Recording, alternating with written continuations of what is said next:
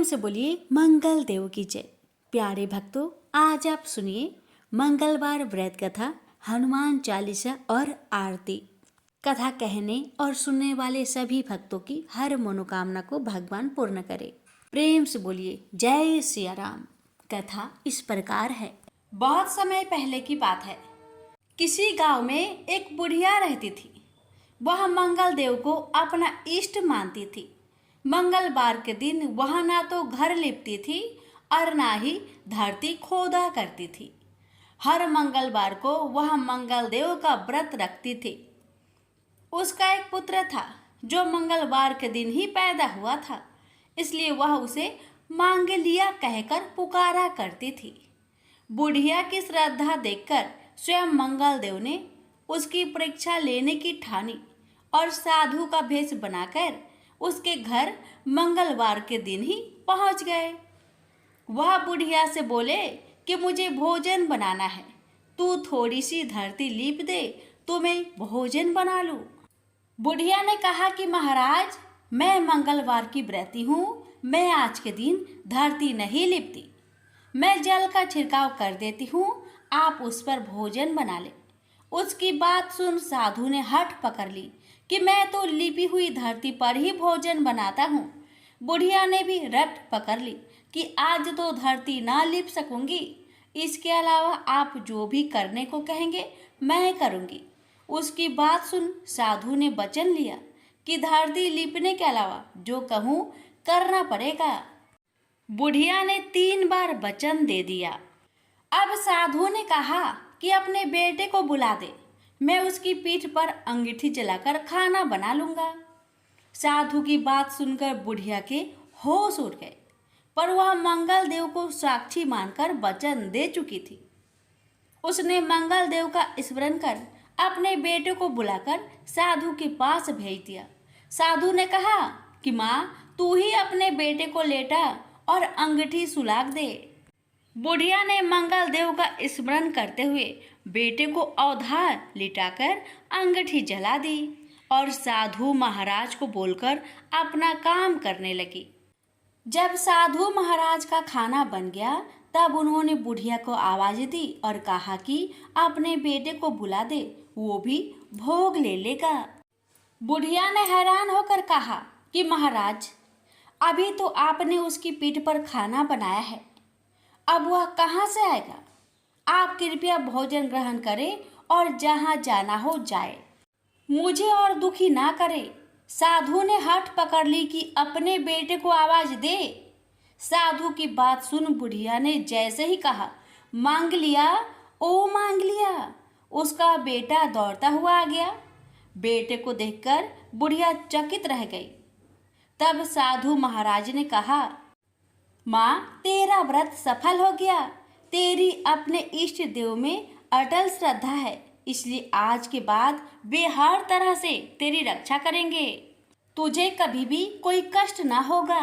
मंगलवार का व्रत सभी प्रकार के सुख प्राप्त करने, रक्त विकार दूर करने, राज्य सम्मान पाने और पुत्र प्राप्ति के लिए किया जाता है। इस व्रत को रखने से मनुष्य के समस्त पाप नष्ट हो जाते हैं। यह व्रत 21 सप्ताह तक किया जाना चाहिए। व्रत के दौरान गेहूं और गुड़ से बने आहार ही ग्रहण किए जाने चाहिए।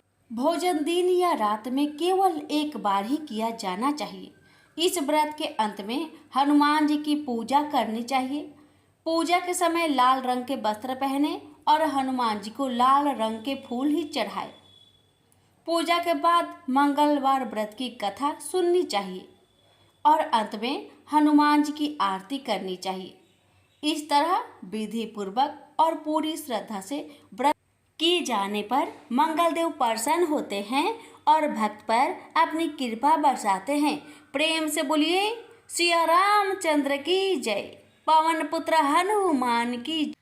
व्यास जी ने कहा, एक बार नैमिषारण्य तीर्थ में 80,000 मुनि एकत्र होकर पुराणों के ज्ञाता श्री सूत जी से पूछने लगे, हे महामुने, आपने हमें अनेक पुराणों की कथाएं सुनाई हैं, आप कृपा करके हमें ऐसा व्रत और कथा बताइए जिसके करने से संतान की प्राप्ति हो तथा मनुष्य को रोग शोक अग्नि सर्व दुख आदि का भय दूर हो, क्योंकि कलयुग में सभी जीवों की आयु बहुत कम है। फिर इस पर उन्हें रोग चिंता के कष्ट लगे रहेंगे तो फिर वह श्री हरि के चरणों में अपना ध्यान कैसे लगा सकेंगे। श्री सूत जी बोले, हे मुनियों, आपने लोक कल्याण के लिए बहुत ही उत्तम बात पूछी है। एक बार युधिष्ठिर ने भगवान श्री कृष्ण से लोक कल्याण के लिए यही प्रश्न किया था। भगवान श्री कृष्ण और युधिष्ठिर का संवाद तुम्हारे सामने कहता हूँ, ध्यान देकर सुनो।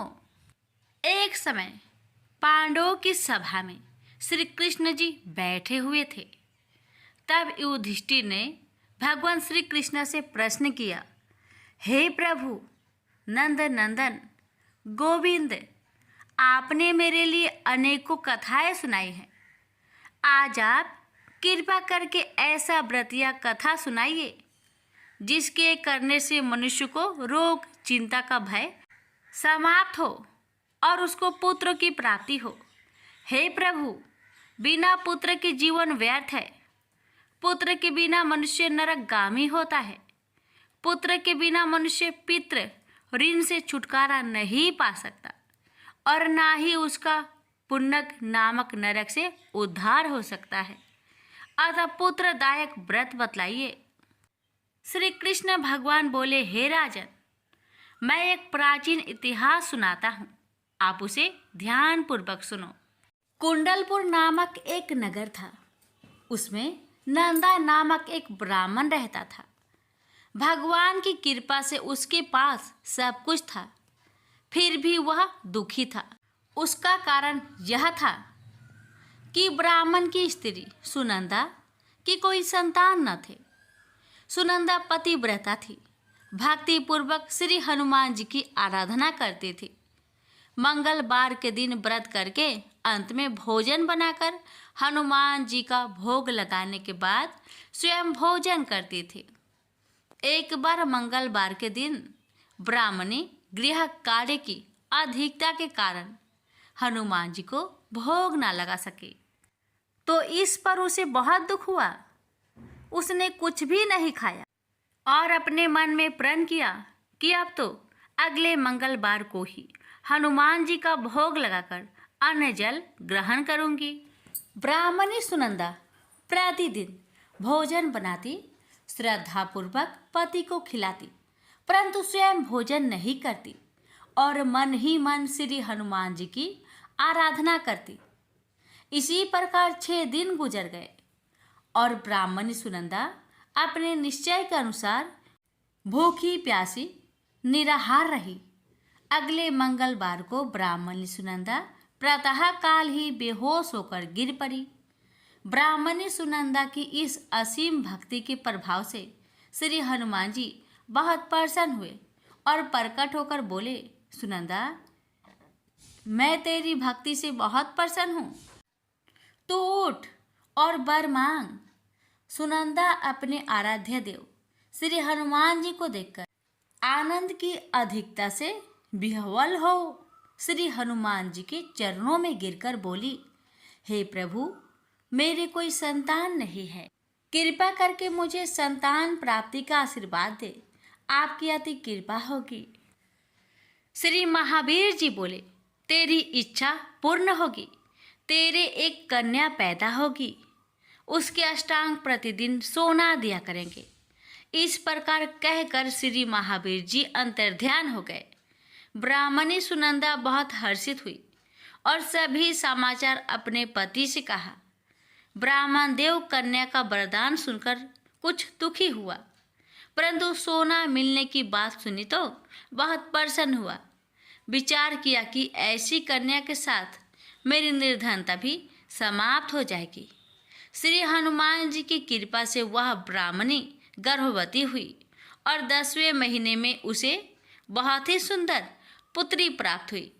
यह बच्ची अपने पिता के घर में ठीक उसी तरह बढ़ने लगी जिस प्रकार शुक्ला पक्ष की चंद्रमा बढ़ता है। 10वें दिन ब्राह्मण ने उस बालिका का नामकरण संस्कार कराया।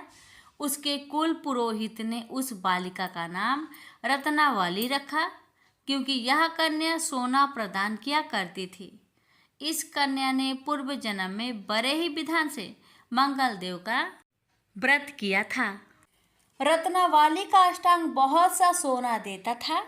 उस सोने से नंदा ब्राह्मण बहुत ही धनवान हो गया। अब ब्राह्मणी भी बहुत अभिमानी करने लगी। समय बीतता रहा। अब रत्नावली 10 वर्ष की हो चुकी। एक दिन जब नंदा ब्राह्मण प्रसन्नचित्त था, तब सुनंदा ने अपने पति से कहा, मेरी पुत्री रत्नावली विवाह की योग हो गई है, अतः आप कोई सुंदर तथा योग वर देकर इसका विवाह कर दे। यह सुन ब्राह्मण बोला, अभी तो रत्नावली बहुत छोटी है। तब ब्राह्मणी बोली, शास्त्रों की आज्ञा है कि कन्या 8वें वर्ष में गौरी, 9 वर्ष में रोहिणी, 10वें वर्ष में कन्या, इसके पश्चात रजवाला हो जाती है। गौरी के दान से पाताल लोक की प्राप्ति होती है। रोहिणी के दान से वैकुंठ लोक की प्राप्ति होती है। कन्या के दान से इंद्रलोक में सुखों की प्राप्ति होती है। अगर हे पतिदेव रजवाला का दान किया जाता है तो घोर नरक की प्राप्ति होती है। इस पर ब्राह्मण बोला, अभी तो रत्नावली मात्र 10 ही वर्ष की है और मैंने तो 16-16 साल की कन्याओं का विवाह कराए हैं, अभी जल्दी क्या है। तब ब्राह्मणी सुनंदा बोली, आपको तो लोभ अधिक हो गया है। शास्त्रों में कहा गया है कि माता पिता और बड़ा भाई रजवाला कन्या को देखते हैं तो वह अवश्य नरकगामी होते हैं। तब ब्राह्मण बोला, अच्छी बात है, कल मैं अवश्य ही योग वर की तलाश में अपना दूत भेजूंगा। दूसरे दिन ब्राह्मण ने अपने दूत को बुलाया और आज्ञा दी कि जैसी सुंदर मेरी कन्या है वैसा ही सुंदर वर उसके लिए तलाश करो। दूत अपने स्वामी की आज्ञा पाकर निकल पड़ा। पंपई नगर में उसने एक सुंदर लड़के को देखा। यह बालक एक ब्राह्मण परिवार का बहुत गुणवान पुत्र था। इसका नाम सोमेश्वर था। दूत ने इस सुंदर व गुणवान ब्राह्मण पुत्र के बारे में अपने स्वामी को पूर्ण विवरण दिया। ब्राह्मण नंदा को भी सोमेश्वर अच्छा लगा और फिर शुभ मुहूर्त में विधि पूर्वक कन्यादान करके ब्राह्मण ब्राह्मणी संतुष्ट हुए। परंतु ब्राह्मण के मन तो लोभ समाया हुआ था। उसने कन्यादान तो कर दिया था, पर वह बहुत खिन्न भी था।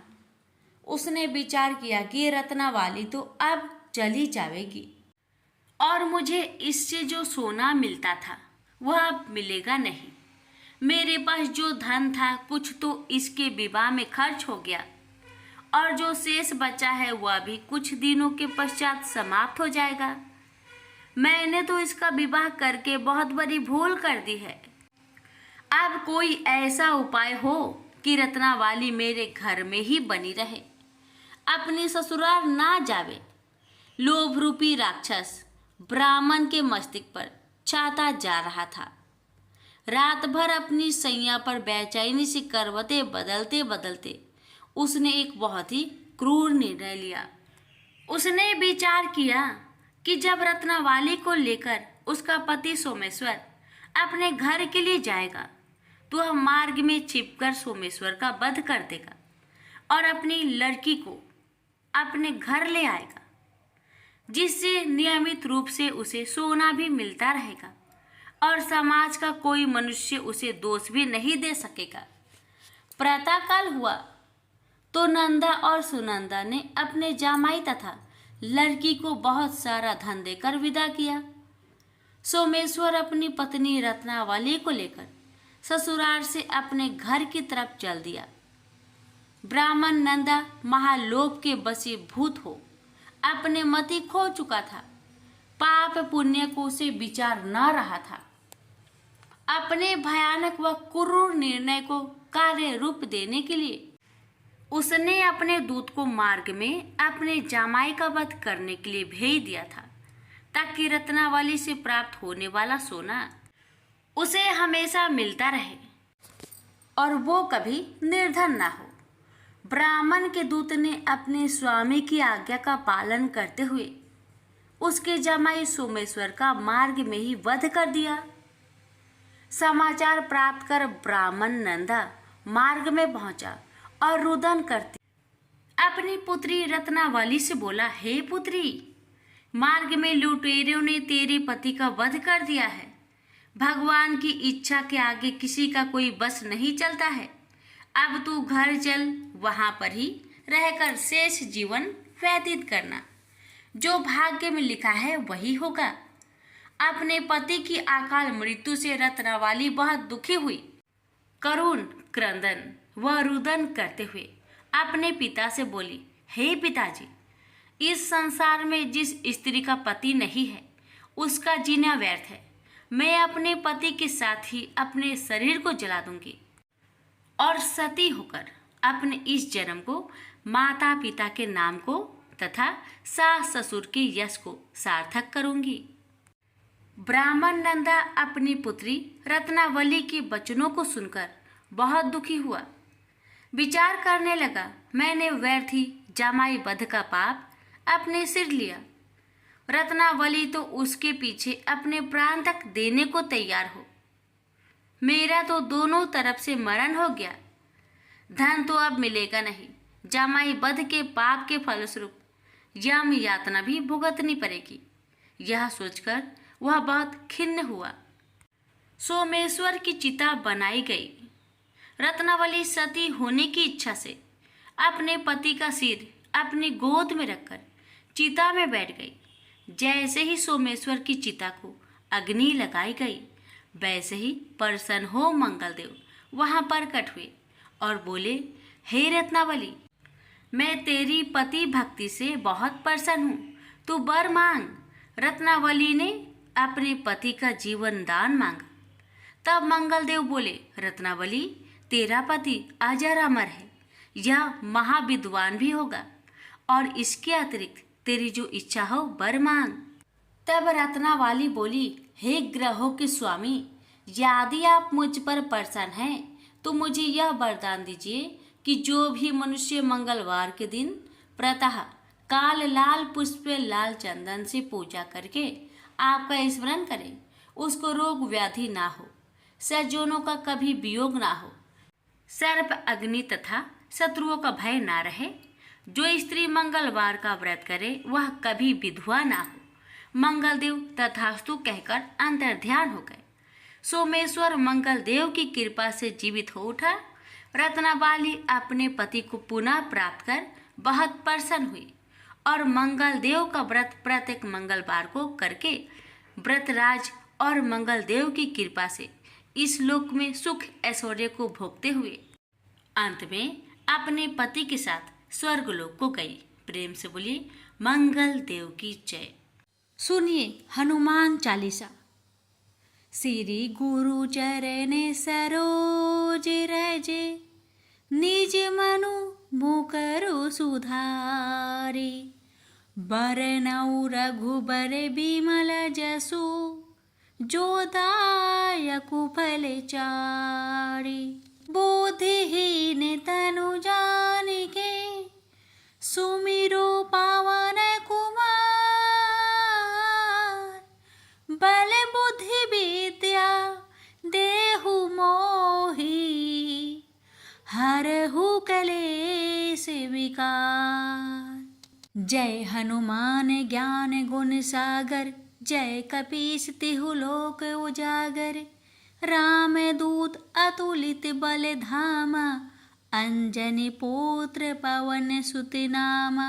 महावीर विक्रम बजरंगी, कुमति निवार सुमति के संगी।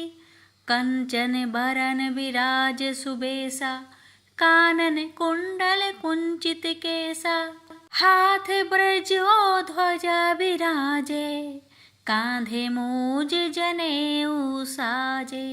शंकर सुवन केसरी नंदन, तेज प्रताप महाजगबंदन।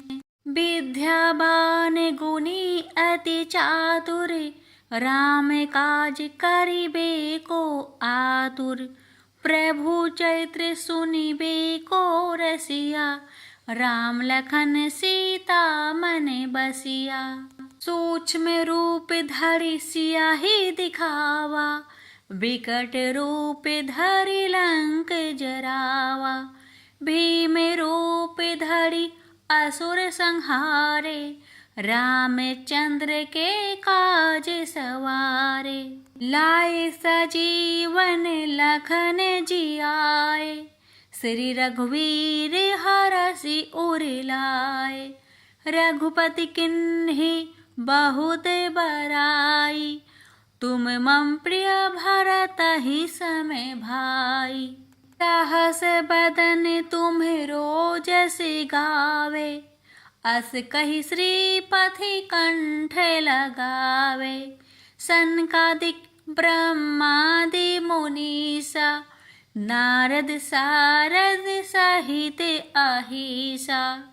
जब कुबेर दिगपाल जहाते, कवि कोविद कहि सके कहाते। तुम उपकार सुग्रीवहि किन्हा, राम मिलाए राजपद दिन्हा। तुमरो मंत्र विभीषण माना, लंकेश्वर भय सब जग जाना। जुग सहस्त्र जो जन पर भानु, लिल्युताहि मधुर फल जानु। प्रभु मुद्रिका महलि मुख माहि, जलधि लांघि गए अचरज नाहि। दुर्गम काज जगत के जेते, सुगम अनुग्रह तुम रे तेते। राम दुआरे तुम रखवारे, होत न आज्ञा बिनु पैसारे।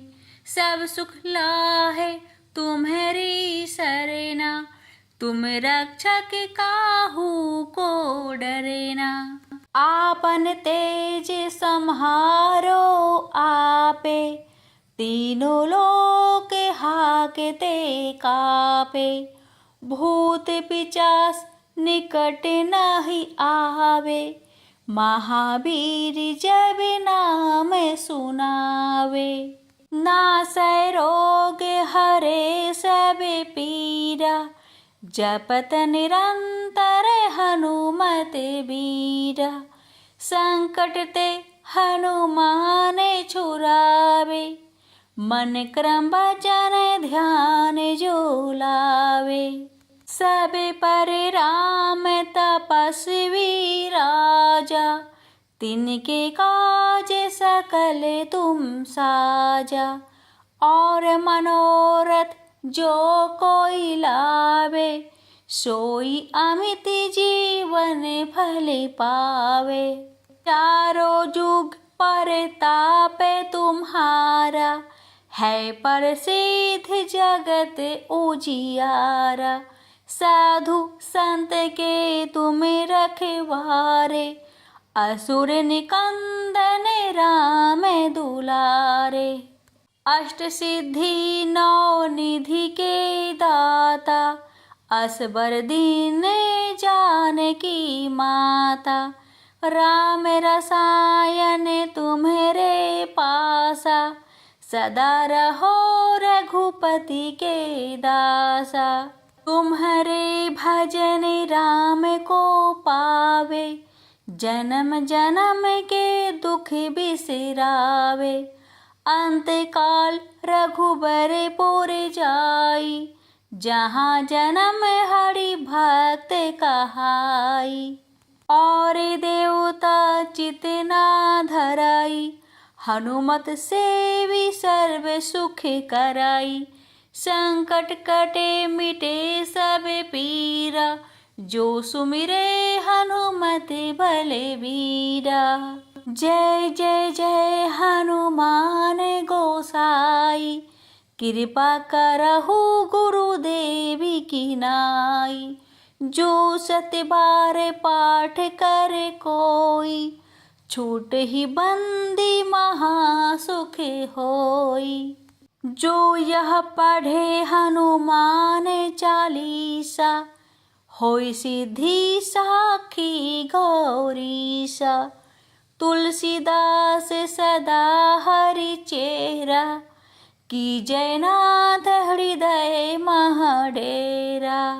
पवन तनया संकट हरन, मंगल मूर्ति रूप।